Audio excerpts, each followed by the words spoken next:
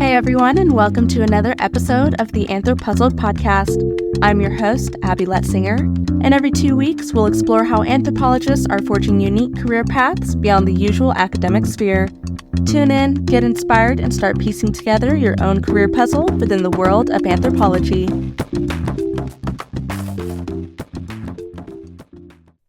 On today's episode, we have Celia Emmelhainz. She graduated from Texas A&M University with a master's in anthropology and from Kent State University with a master's in library science. She has worked as an anthropologist, librarian, and archivist at UC Berkeley, Harvard, and the Smithsonian's National Museum of Natural History. How are you doing today, Celia? I'm doing great. Awesome. What exactly is it that you do, and how is it important in regards to anthropology? I feel enormously fortunate. So in the past 10 years, I think I've had the opportunity to work at 3 different institutions dealing with qualitative research data and with anthropology archiving. And I see those as related but somewhat distinct. So when I'm working with qualitative researchers, a lot of times that's with digital. Everyone does everything digitally now. Very few people keep a physical field notebook in many settings, which is kind of too bad. I don't either. So I'm helping people secure their data and share it in appropriate ways so that it doesn't hurt anybody. A lot of times when I'm working with physical anthropology archiving, we just have boxes and boxes of papers and photos from scholars, often more senior scholars who were in the field. And that's not something I had the opportunity to work on or with as a graduate student. I didn't, especially in anthropology, I wasn't able to access the papers of senior scholars. And I think it could have made my own research so much deeper and richer, and I do kind of wish I'd had that opportunity to learn historical anthropology. So right now, I see my work as sort of several elements. The first is helping to train people and make sure they have the tools they need to archive their materials, and the second is helping researchers to access old materials. And the third really important part is communities. So anytime anthropologists do research, we research in a community, and that's true in absolutely any subfield. And so making sure those communities have access in safe ways to their own material is really important, particularly with Indigenous communities or other communities anthropologists have gone back to again and again, and that can be an extractive relationship. So we really want to restore that. Yeah, so what kind of concerns do you have with this increasing push to digitize everything? In an ideal world, everything would be both analog and digital, and it would be well described, and it would have really fine-grained ways that you can give access to something to somebody and something else to somebody else so that it's respectful. That's impossible. And every time someone comes to an archivist or a librarian or a museum scholar and says, hey, let's digitize everything, we smile very nicely. And so I would say it both opens up opportunities worldwide for people to access material, and it opens up cans of worms, and it opens up people in communities to losing control of their information. So in Indigenous communities, there's this idea of data sovereignty, and that can be really complicated, but it is this idea of, wait a minute, our cultural knowledge is ours. Do you think because of all the digitization, AI, and any other digital tools, it's kind of shaping how we archive things and what gets considered to be archived and left alone? I think AI is going to be huge. Nobody knows how that's going to turn out, but I've played with it in my own work, certainly, and I've noticed it all over the academic ecosystem now in terms of it offering to summarize our conversation. I'm sure it would love to help edit that. I'm sure, in the field, I'm using it as if it's a person. It would want to help us out summarizing literature. And I'm sure that it is scraping public online data sets in some way. And so that does expose people, certainly, and that makes digitizing and putting things online harder. I mean, even our voices today, it could end up scraped, and I'm aware of that. I'm consenting to that with you, if not with AI. But that's really changing what we put online in terms of our voices and our pictures and our writing. And I think how to be human in AI and really put the human first, we're still trying to figure out. Yeah. So how do you balance the preservation of access, especially for individuals of researchers and communities, with the public? That is the big question. And I think it's been the big question for 10 or 20 years, and increasingly. I also think what communities want changes. And so 20 years ago, giving scans and putting things online in many communities might have been okay. And increasingly, particularly North American Indigenous communities, many of them are saying we don't want things online. Other people are saying, yes, we do, but we want to control the framing of it or the access to it. And that doesn't speak for the whole world. So there are communities I've heard from in Central Asia where I did some of my field research, and they're saying, you know what, I can't get access to any of my stuff from America or Europe because these colonial powers came and did their research here, and I don't get to see things about my community. So there certainly are people who want more online access publicly or maybe more gate-kept on the internet. Oh, okay. So with the archival work that you guys do and with helping qualitative researchers in that, do you feel that because you're an anthropologist, it kind of brings a unique value to those settings? I think as anthropologists, we're very aware of the complexity of everything, and that can drive other fields a little bit crazy when we say, hold on a minute. And certainly, I think for business anthropologists, the people they're working with often want things to be really cut and dried. And I do end up being that person in a room saying, hold on, and I see other people's expressions sometimes. But I do think we bring an awareness of complexity in positive ways. I led a workshop at one point that was trying to help qualitative researchers, and I should emphasize that quantitative people are anthropologists too. My specialty has been in qualitative, but we were trying to help these researchers think about how they would want to tag or label things so that it could be findable. And they listed all the things you would list, just like you'd have for this podcast episode. So names, dates, location, topics. And then someone raised their hand and said, why don't we list all the people who aren't in the room? And I just thought that's the most anthropological concept, but absolutely impossible from a metadata perspective, because they're saying, why don't we point to absences? Which is true, but also really hard if you're trying to make a structured data list. So what does your kind of day-to-day look like? So I'm a manager, and so some of that just means coaching and supporting people who are also working on the same projects that I'm working on. It means a lot of collaborations between departments in a library, archive, or museum, and I've kind of worked in all three. The most rewarding part, I would say, is if communities, and by communities I tend to mean descendant communities, come in to use the collections, and you're sort of feeling the fullness of history and of emotion of the ways that people are encountering maybe pictures of their ancestors or evidence of harm or evidence that something they didn't know had been saved had still been saved. And it's just really meaningful to be with people in that process. What kind of got you into anthropology and library science and archival work? So when I was a teenager and I was trying to figure out what to do with my life, I said I love learning and I love researching. And someone told me, oh, you can be a reference librarian, which is true, but I would now say there's many, many other paths to research. Certainly in the small town I was growing up in, that was kind of an obvious, evident path to people around me. So I started out volunteering in libraries, and my parents actually sent me to volunteer in a local science museum. I had no idea that would come back into my life 20 years later, but it did. And I just kind of kept pursuing things in a circle, I would say. So I would do libraries, and then I would do Central Asia or Russian studies, or I would do anthropology.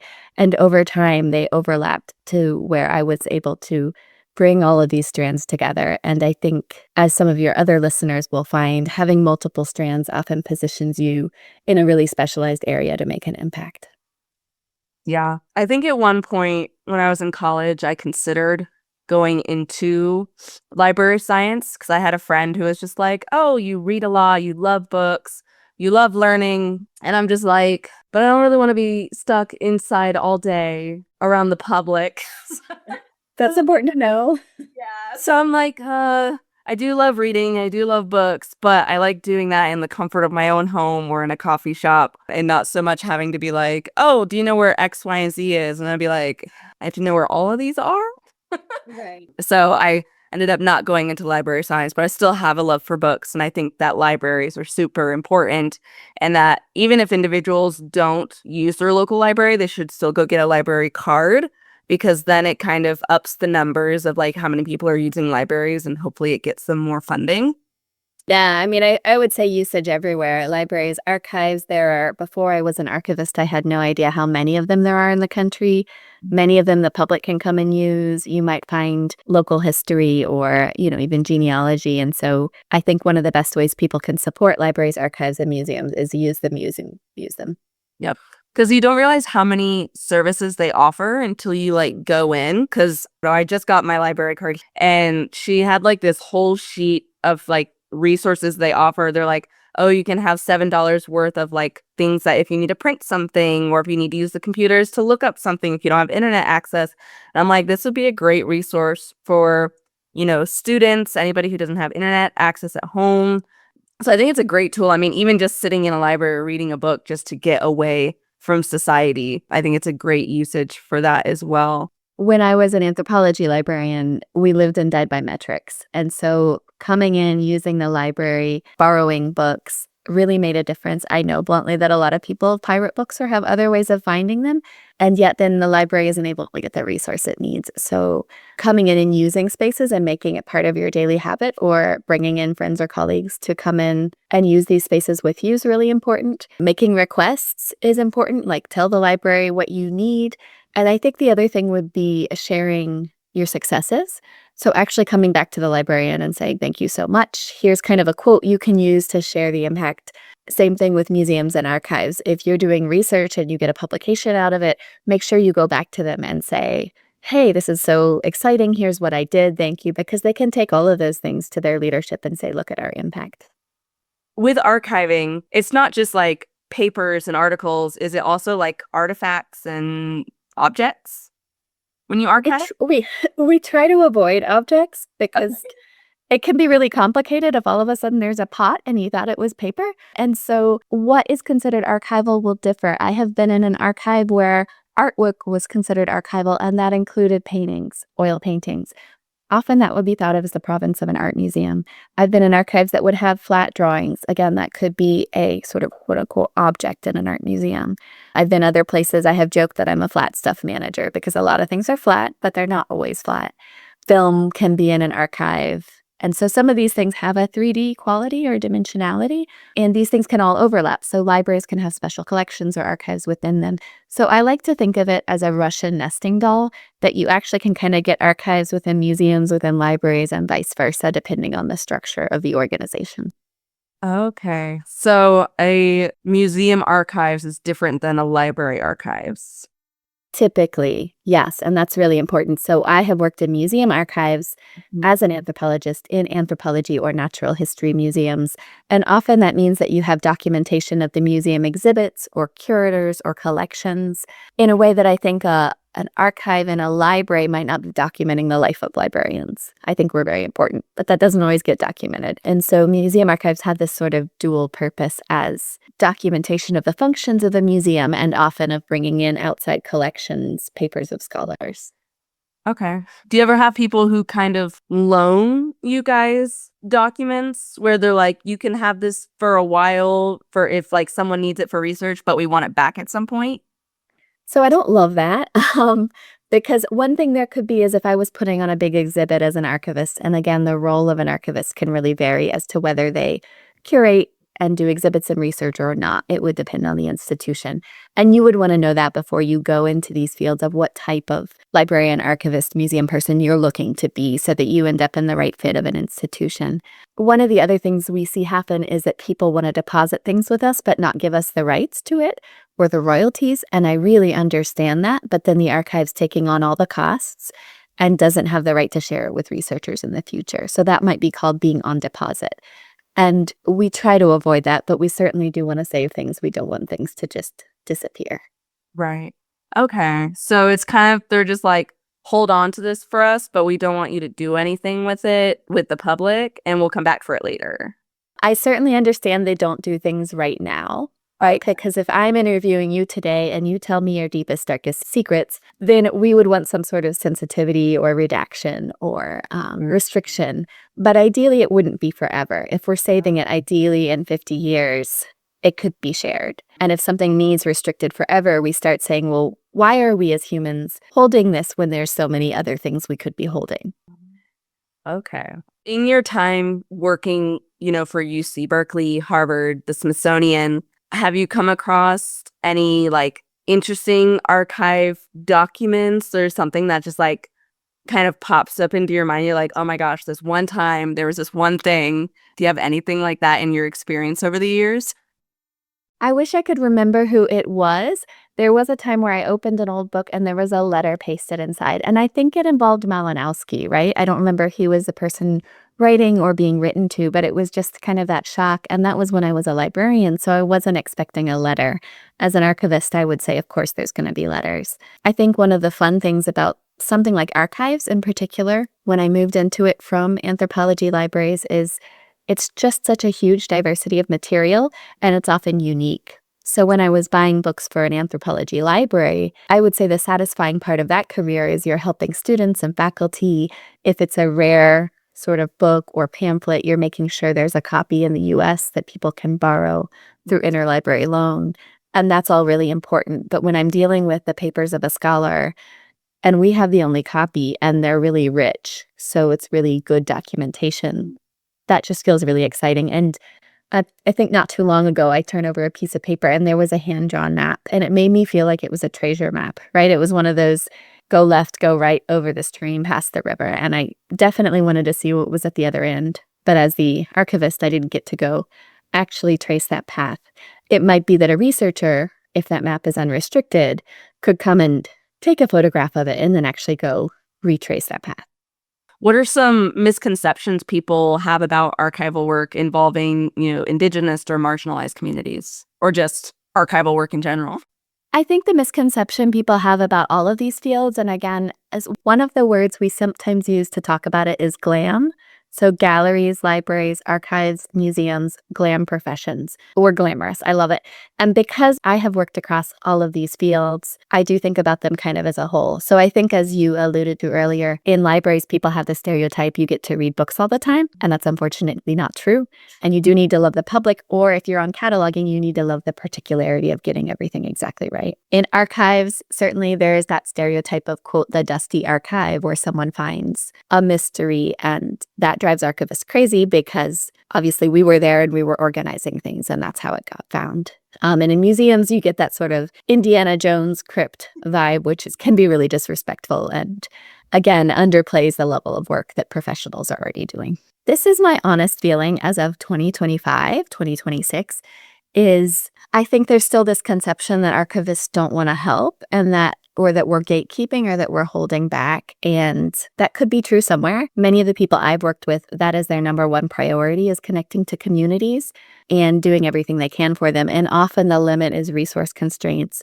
So, you've got someone who for 5 hours a week can scan, but you've got a pile as high as the Empire State Building of papers to be scanned. It's going to take a long while, and it looks like gatekeeping, and it's not. Or you don't have stable labor. That's often an issue in these professions.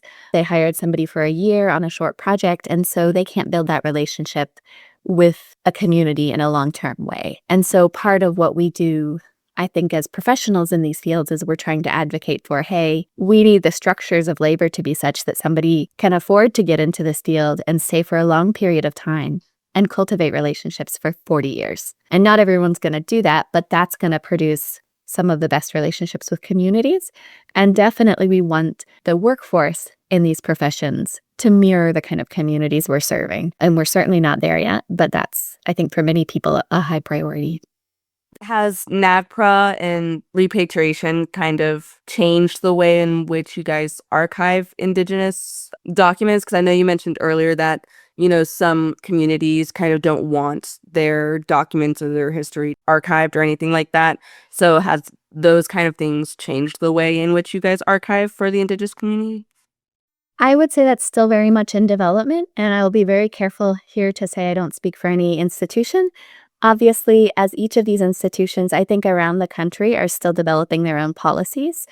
There is a Society of American Archivists, a national organization, and right now they've had a committee on archival repatriation. And that is not the law, right? That's not Congress, but it's looking at what could we possibly be doing in this profession to make sure that communities have the rights, have the access, have the ability to shape the future of their archives. With that, I would also say that NAGPRA And for a few federal institutions like the Smithsonian, the NMAI Act are these federal acts that provide for repatriation of ancestors and their belongings. It doesn't actually cover archives.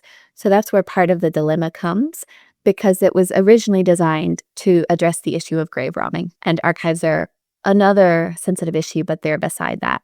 So many of these institutions are trying to do something in parallel, but don't always have funding for the archives in itself. The funding is for repatriation of ancestors and belongings. And again, the first priority needs to be getting these ancestors back. But with that, archives realize that elders are aging very quickly in a lot of communities, and they have knowledge that is sort of an interlocking puzzle piece with the archive. So if you can't get things back to the community in time, you potentially lose the ability for that elder to pass on knowledge which is sort of sparked in their memory by the archives. And so we really want to get things back as fast as possible. Interesting. I didn't think of it in that way. Yeah, I would say think of it as how you show a picture to your grandmother and all of a sudden she starts telling you a story. Whereas if you said, "Grandma, tell me about your childhood," she doesn't remember that thing. So pictures and stories and language dictionaries and even information from an archaeology sitemap, it might spark something in the community that they're not going to think to remember otherwise. And that also speaks to place, of course, and displacement. If a community's been displaced from its place of origin, they're not going to have just these sort of embodied place-based memory markers. And unfortunately, it may be that all you have is a photograph. Oh, okay. Yeah, no, that definitely makes sense. I had seen a video. There was this senior citizen who had Alzheimer's, and she was a ballerina when she was younger. And so they put on a tape of Black Swan, and she just like immediately like went into the movements because it was like almost muscle memory for her. Like even though she couldn't remember her performances, the music brought back those movements, and she was just like in her chair dancing to it like she did. And they played a side by side of her actually dancing when she was younger. And so I was just like, that makes a lot of sense of, things that you see, those all Smell, touch. And I think things like museums, you really get the smell, you get the touch. You can open a museum cabinet sometimes and you smell the lanolin on a sheep object. And so all of a sudden you're taken back to that moment.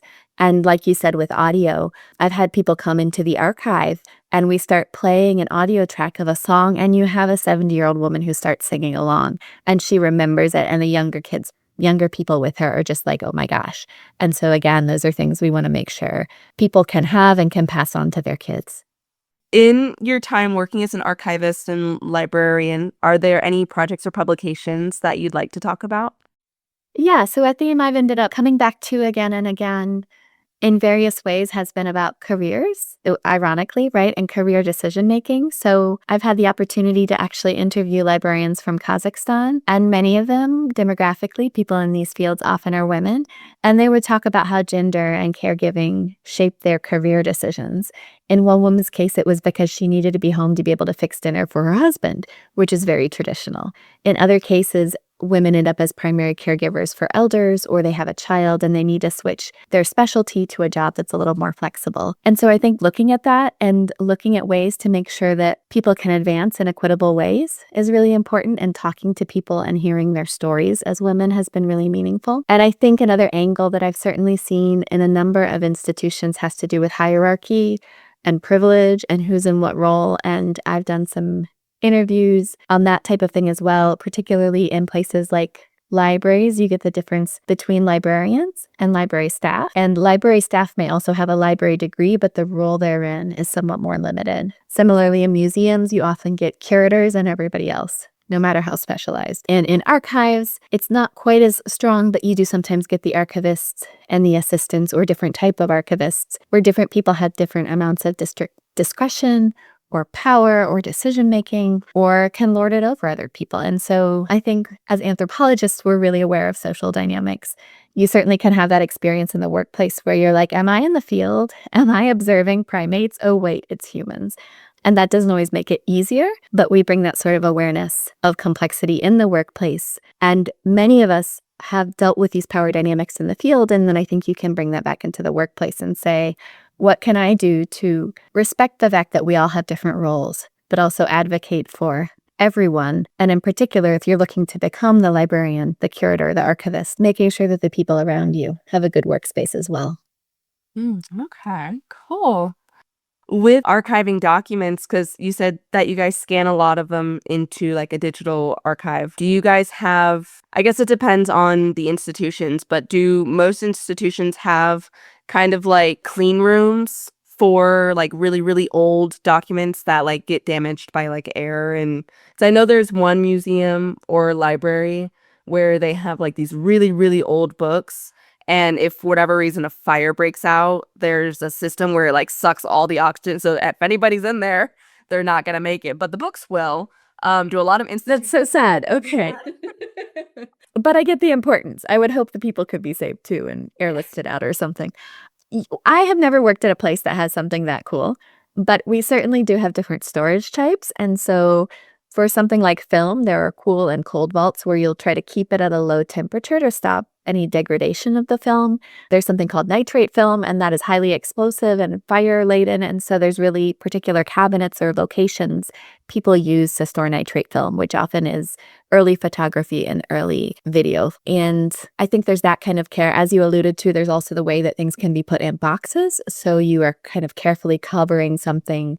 There's ways of digitizing gently and then limiting handling. And obviously, we all want to touch the real thing, the authentic. You want to be in the presence of it, but trying to minimize the amount of light exposure or hand exposure that something gets is also something we can do. And I've seen reproductions. So high quality reproductions of old phototypes on old photo materials, which will let someone handle something that feels similar even when it's not the original. Okay. I know there was a big story at the beginning of this year. There was a museum, I think it was in Europe, where they didn't have a lot of their artifacts in glass. And unfortunately, a small child had pushed over a really old pot and it broke. And that's why a lot of museums are like, this is why we put things behind the glass. But I had a guest on earlier last year who works in textiles because she is sight impaired. And she works with artists to create replicas of certain like artifacts and whatnot so that the public has something to feel and touch and interact with. So she had one individual who worked with like patching, so like patches in the thread work so you could feel the threads. And she kind of works with 3D printing on like, okay, how can we print something that would have the same texture as X, Y, and Z and trying to determine that. So I'm sure with archival work and having these original and old documents, sometimes that can't be passed around a lot. Is it difficult at all to try and make like replicas of these documents? I hear two things when you're talking about this. So the first is the issue of conservation, and conservators, textile conservators, they have way more knowledge than I do about what you do and don't do. I also think those standards are evolving. So increasingly, people want to make repairs on an object that can be reversed, where 50 or 100 years ago, they would just glue the thing in. And then it's hard to reverse that if you later go, wait, that wasn't a good decision. And conservators will be able to advise on how you handle certain things. And so they're really important. Sometimes they're called the preservation department in a library, but the function is often very similar. I have seen people do sort of a redo of a book on old paper with old printing methods. It's rare, but you could sort of produce replicas in that way. Like you said, I think 3D printing is really important. And that's also been really important for communities. There are some videos online we can have you link to that are public that are talking about the ways in which museums have actually done 3D printing in collaboration with Indigenous communities. And the goal there was to be able to return things, to be able to give models to local artisans that maybe they could use to reconstruct these things. And there are cases where an object isn't safe to touch. So potentially there's a spiritual presence in it, or potentially there's a physical harm because of some chemicals on it. And you want to be able to give something to people, like you said, that they can hold.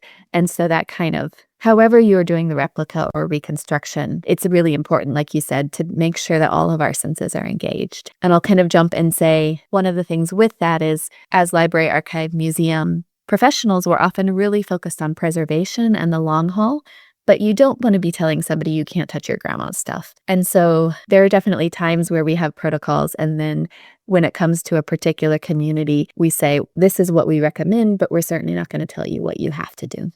Now, if someone was interested in maybe going into library science or archival work, is there like a certain salary expectation that comes with this field? It's hugely variable, and it's variable across countries, cities, subfields. I have seen times where people make 20 or 30,000 with a master's degrees, and I've seen 100, maybe even 150. You know what I mean? It's just hugely variable. You would hope throughout your career you advance. Often that might mean moving to another institution, even in another state, and so that creates issues if you're settled in one place. So I certainly would encourage people to look at their local market. A 40, 50, 60, 70, I would say is somewhat typical, depending on where you are, that kind of middle of the range. Most of these fields are not super high earning, and that's because everybody wants to get into them. And that, I think, actually drives the wages down a little bit more than being the finance manager somewhere in a small town or something. Okay. Does this kind of work require a higher education degree other than a bachelor's?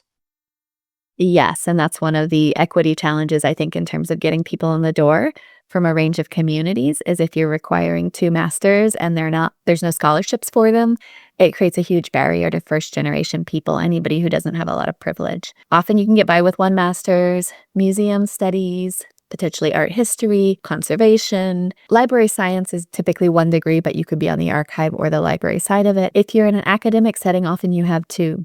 So it can be very standard to actually have a library degree and an anthropology degree. I also will say there's only a few of the really specialized jobs. If you say, I want to be an anthropology librarian in a university setting at a top research university, you've got maybe 3 options nationwide, and I might be in one of those. So that's not very helpful. So I think the broader you can be, especially starting out, moving around and gaining experience, the easier it is. Do you have any advice for students who are looking to go get like a library science or anthropology degree? If you're looking at libraries, archives, museums, I would say go volunteer or intern or get some experience, if at all possible, to get a sense of what you actually want to do before you get into the field, and also to get your resume started, because getting that first job out of grad school, unfortunately, in so many fields, is really, really hard. I would also say, if you're thinking about it and you're in your junior or senior year of college, and maybe you want to wait a few years and get a range of experience, because some of that in or out of these fields can benefit you with sort of additional perspective if you go back to grad school later, and or to get that job, you'll come in with more than like a barista job and 1 internship to compete for these jobs. And I think that can be really helpful.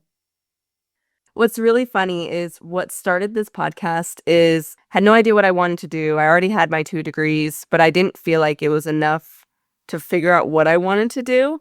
So I actually interviewed professor from, I think it was the University of Colorado Boulder, about museum studies. And I'm just like, what does the coursework look like? What do you recommend if this isn't something I've ever done before? Like, should I go volunteer? Is it better to go to small museums, big museums? And then after I got off that conversation with her, I'm like, she provided a lot of useful and helpful information.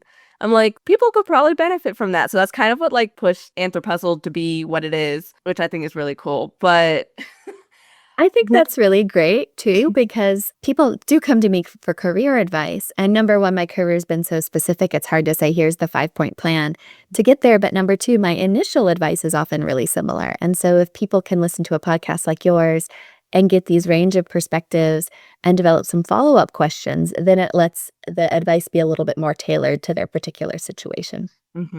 Exactly. Yeah. Because I've had individuals who are like archaeologists who've worked in museums, and they're like, with small museums, you wear a bunch of different hats. So you get a lot of experience in a lot of different areas.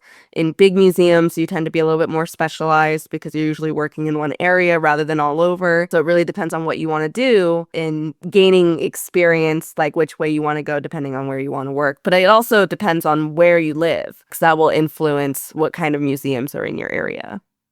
And what I'll say with that is, one of the perspectives I've developed is that you get to choose multiple aspects of jobs that are important for you, but you don't get to choose everything. So I found in my own career, I can choose to go after high paying jobs, or I can choose to go after a specialty I love, or I can choose I'm going to live in this town because of a partner or because of family. But when I choose 1 or 2 of those, I often can't get the third. So if I want to live in the same town as my parents, I may not be able to do a really specialized job. So there are these sort of trade-offs. And I think as you go across your lifespan, which things you're trading off are going to change. So some of it too is, it's really easy coming right out of undergrad or grad school or a career that's kind of gotten flat and you're looking for a change to go, well, I need to figure out the exact right thing. And, as you know, you're smiling. There is no exact right thing. Sometimes it's just what opportunity there is. And in 3 years, you pivot completely. Do you feel that by getting an anthropology degree or going into anthropology, it's kind of broadened your viewpoint and perspective on the world?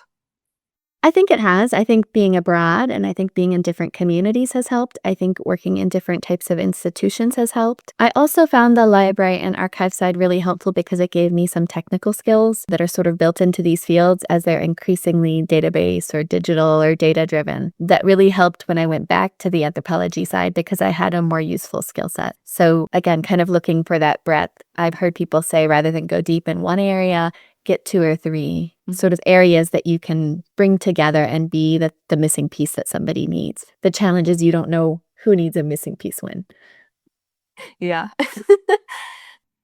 Well, into our final 4 questions. The first one would be, what is the best piece of advice you would offer to someone who is interested in getting into what you do? One of the things one of my colleagues said to me once, and it's a little bit cheesy and it's business speak, but it was find your why. What's your why? Why are you in this field? And we've kind of talked about that earlier. I found that really interesting to talk about with peers, with mentors, with people in my workplace, because you hear that everyone has a different why. So in one archive that I was in, we were able to ask each other that question, and somebody said, I'm here for Indigenous communities. Somebody said, I'm here because I love archaeology. And when you go into the field and you do an excavation, that space is gone forever. And I want to make sure that those records are available. For me, it was things like field notes and diaries and correspondence. It was, I care about these things. I see how much labor people put into them. I want them to be saved and shared in some way. And so that sort of piece of advice would be, as you go through life and as you explore, start identifying what is it I'm really passionate about? What do I care about? Again, I think balanced with the fact that we don't always get what we want right away, but finding ways to work towards it directly or indirectly. I say it like it's an easy thing, right? Yeah, it's definitely a struggle because sometimes it's hard to determine, is this my why or is this other people's influence on what my why should be? Because like my parents were like, you should go into business. And then my husband's like, you should go into engineering. And I'm like, I don't really know what I want to do. So just have all this input. And sometimes it's just hard to determine and fish out what it is that you want and not what other people want for you. Right. And I think there's frames around we live in a social world. It's not just my desires internally that will make me sort of a beautiful, glowing, angelic human being, which I wouldn't be anyway. Oh, one of the other things I was going to say is I found that over time, your why has to change.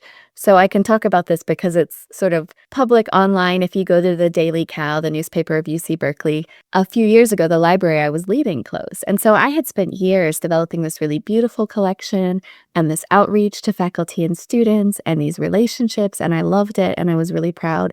And then there were budget cuts and they said, we're going to close your library. So there was that process of letting go. And so it was like, I can't sit there with the same why because what I'm doing and the situation around me has changed. So I suspect that over a lifetime, this idea of finding your purpose is going to have to change in response to social conditions. And I think, especially in the current moment, we're all aware that we're going to have to be responsive sometimes, not just sort of planning ahead. With libraries that close, what happens to its collection? Does it get just divided up to the nearest libraries? That would depend on the context, and that certainly could be an issue with all of these fields again, right? Libraries, archives, and museums. Unfortunately, they have a life cycle. That life cycle can be dependent on resources, so it might close a lot sooner than you're hoping. And yes, typically if it's within a broader institution, that institution would absorb the collections into a related collecting unit. If it's small, they might be looking for another place that would take their collections. And so when you start looking at institutional histories, you're going to see that Museum X had these really cool collections and they gave them to Museum Y 75 years ago. And you hope that someone can take it. The challenge is that there's not always a lot of space. So Berkeley, I think we were very fortunate because there was space and we were able to ensure that that material was still accessible. And the department has worked very hard, again, you can see this online, to try to maintain a reading room for students and do the best that they could to kind of continue even though they didn't have the formal library anymore. Interesting. Are there any changes you wish to see in your industry? I think one of the things I end up nudging on that's a big thing to me is the idea that we can't save everything. And so we have to be making really thoughtful choices. Some places I've worked, they've actually had to pause collecting, and then that's easier. It's hard because you can't help somebody, but it can be easier in terms of saying, I don't right now have to face this question of, what am I thinking of? I'm thinking of Tyra Banks and America's Next Top Model. And, I've got all of these beautiful collections in front of me and only one's going to be the winner. And none of us like to do that. But there is a way in which we're always doing these sort of implicit trade-offs of I can take this one guy's 300 boxes or I can take 100 women's 3 boxes. And what do we do? Which one's more important for the field? That's really a judgment call. And yet I think we have to be making those. I also think within a collection, people will say, I want to keep every object, every book, every box of archival material. And often the donors want us to keep everything. But again, you're dealing with the fact that if it's not, there is some value to it, but if it's not high value, it's displacing something else. And that's really hard. And we're never all going to agree. But to me, along with building capacity, there's that issue of working in a way that lets us keep collecting in the future. Now, what do you absolutely love about your job in the industry you work in? I'm always learning something new. That sounds cheesy, but I'm working with the types of materials researchers come from around the world to work with, and I get to work with them every day. So that's really exciting. Yeah. For a little while, I wanted to be an archivist for a museum, but I wanted to work in like a really big museum, kind of like the Smithsonian, because we've all seen Night at the Museum and all those sub-levels of all the materials. And I'm like, it'd be so cool because I love organization and just like artifacts. And then I looked into how much schooling and what kind of schooling. And I'm like, oh, Yeah. I'll just go to a museum. Yeah, and there's that opportunity across a lifetime, hopefully, to move around or even collaborate and do something with colleagues where you get to visit really cool places, but, don't have to deal with the downsides because every museum is going to have upsides and downsides. Exactly. Now, finally, where can listeners learn more about you and what you do? I have a number of publications they're welcome to check out. So go to something like Google Scholar and you can see some of the projects I've worked on related to these fields. There's some talks on YouTube that I've given, particularly around women and women's experiences. Once in a while, you'll find my name on a finding aid. A lot of the work of librarians, ironically, is invisible. So you don't actually see who cataloged it. At least with archivists, you see somewhat who was involved with the process. So there will be some links at the bottom of this podcast episode as well. Okay, perfect. Well, I want to thank you so much for coming on. It's always a fun time learning about new fields and new industries, especially with how specialized isn't the right word, but kind of specialized when you're in college of what your options are when you get an anthropology degree. You're kind of like museums or being an academic, and there's not really any delving into all the additional fields that exist. It's always cool to talk to someone who it's like a new field that we're like discovering all together. Thank you again for coming on. I really appreciate your time and I had a great time chatting about it. This was fun. Thank you. All right. You have a great night. Bye. Bye. Thanks for listening to another episode of AnthroPuzzled. This show was produced by me and distributed in collaboration with the American Anthropological Association. A special thanks to Cheyenne Brewer for editing the website, L. Akers for the incredible logo design, and to AnthroPuzzled's intern for the episode descriptions. The music is courtesy of Chad Crouch, aka Poddington Bear of Sound and Picture. If you have any questions, you can reach me at abby.letzinger@anthropuzzled.com or as AnthroPuzzled on Instagram, Facebook, and YouTube. Until next time.